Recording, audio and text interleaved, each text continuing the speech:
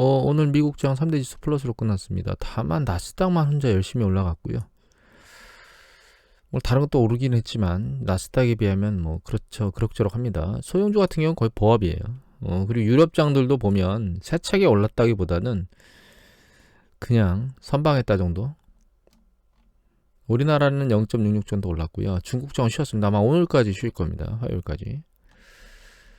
그 다음에 원자재 가격은 다시 4% 넘게 올라서 103달러, 서부 텍사스 중진류가 103달러 넘었습니다.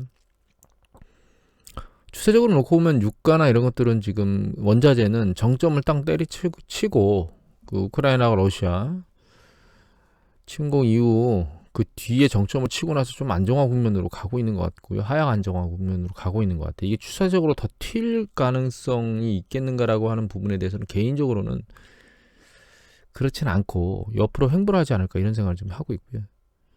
주가는 바닥을 내리찍고 저점을 확인한 이후에 다시 반등을 하고 있는데 이 방향성에 대해서는 지금 모호합니다. 지금 일단은 이 기사를 하나 볼까요? 이거 한경글로벌마켓에 김정학 개공 기자께서 4월 4일날 올리신 기사거든요. 테슬라 1분기 차량 인도대에서 발표 후에 월가의 반응이 엇갈려 이렇게 나왔거든요. 뭐 1분기 31만 대의 월가 분석가들 목표가 일부 상향했는데 여기 보시면 아주 재밌습니다. 밑에 볼까요?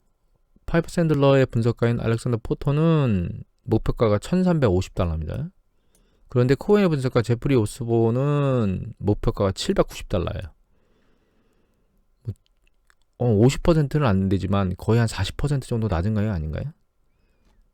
밑에 보시면 더 황당합니다. JP모건의 애널리스트 라이언 브링크맨은 335달러입니다. 이 최대 목표가의 1000달러를 없애버렸어요. 시장이 혼란스럽다는 뜻이죠.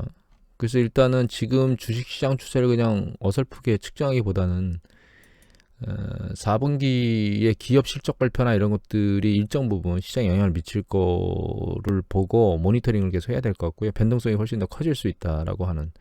그리고 여기서 그 강도, 그러니까 그 미국의 기업들의 실적 발표의 강도가 나오는 과정 중에 결과적으로 연준에서 금리 인상과 QT 두 가지 액션이 같이 맞물려서 움직일 거거든요. 그래서 그나마 그 기업 실적 발표가 상대적으로 좋으면 주식의 변동성이 윗방향으로 작동할 것 같고 조정을 받는다 하더라도 상대적으로 그러니까 QT 때문에 연준의 행보 때문에 조정을 받는다 하더라도 상대적으로 덜 조정을 받을 건데 만약에 기업 실적 발표가 부정적인 거나 기업 전망들이 부정적으로 나오게 되면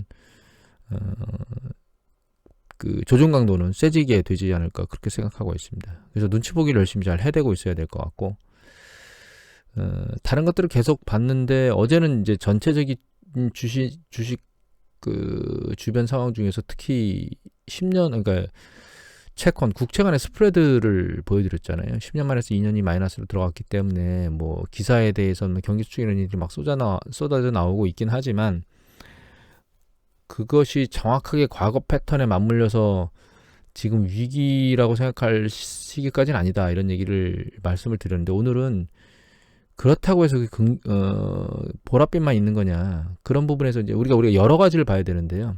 그렇지 않은 부분들을 좀 기대치가 그렇게 높지 않다고 하는 부분들을 좀 보려고 하거든요. 기업의 그 가치평가, 주식의 가치평가만 쳐다볼 겁니다, 오늘은.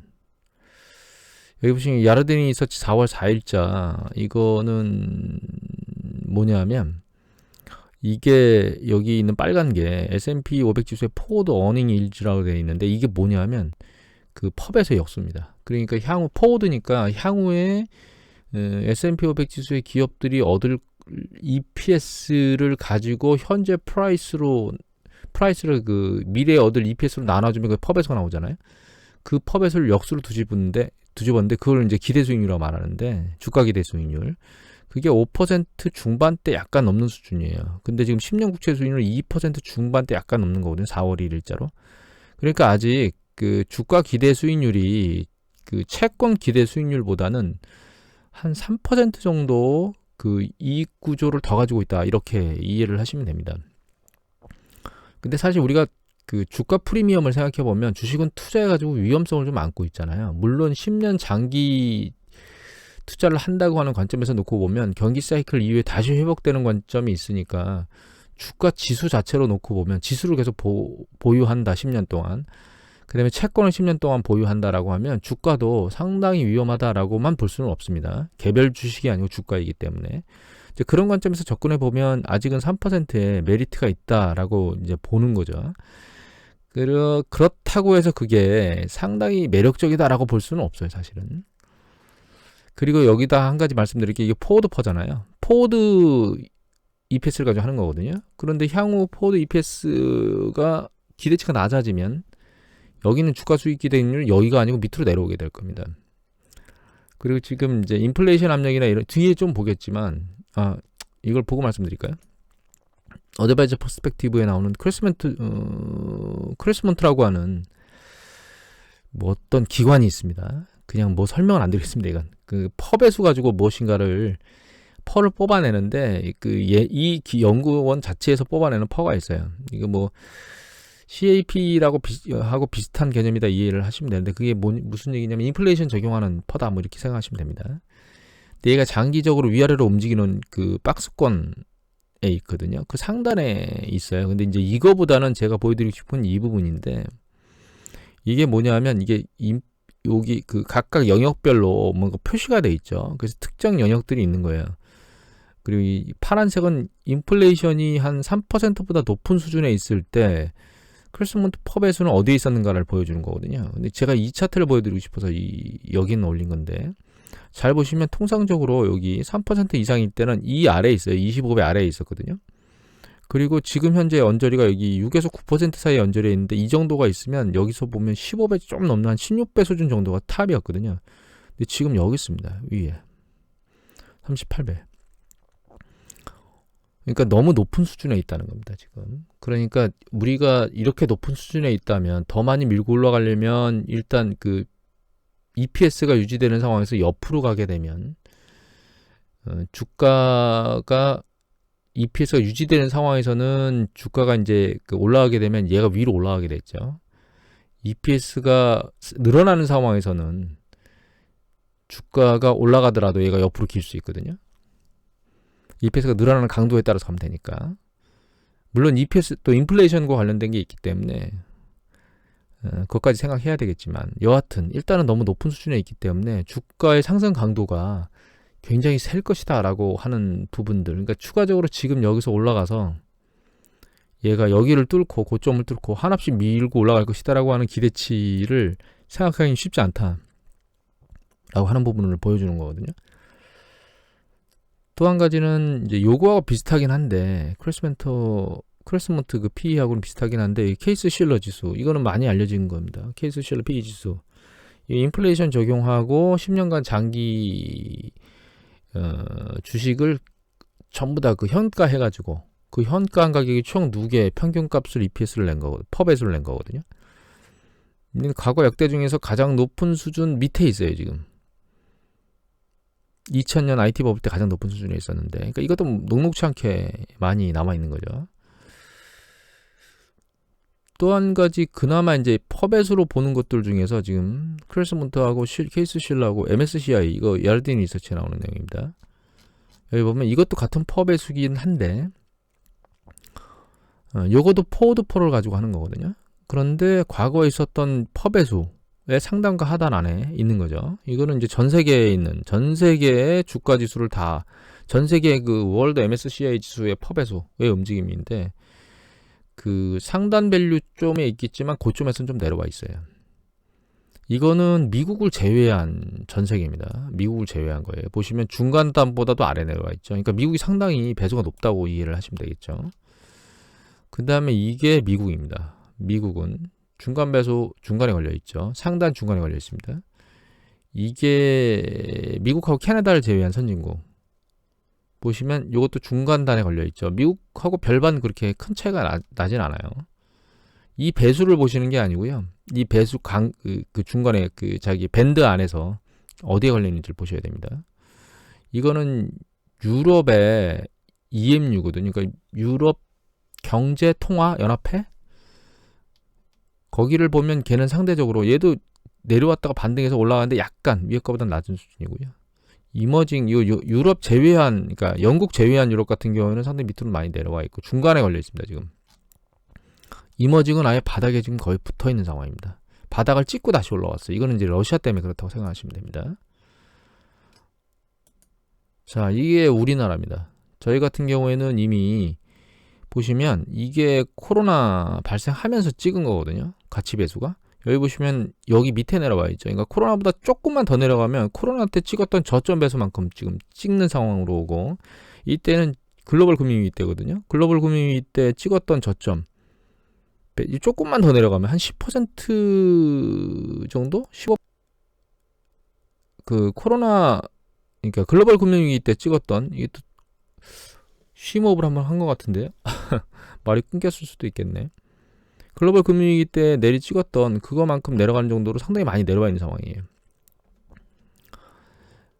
그래서 포워드 퍼벳으로 놓고 보면 결과적으로는 일정 부분 사도 올라갈 수 있는 강도가 있다고 볼 수 있긴 한데, 이거는 진짜 말 그대로 포워드 포고, 그게 아니고 이미 발생된 펄을 가지고 측정을 해보면 상당히 높은 수준의 캐스실로를 보면 와 있고, 두 번째는 크레스먼트로 놓고 보면 인플레이션까지 적용된 걸로 놓고 보면 너무 궤도가 높다.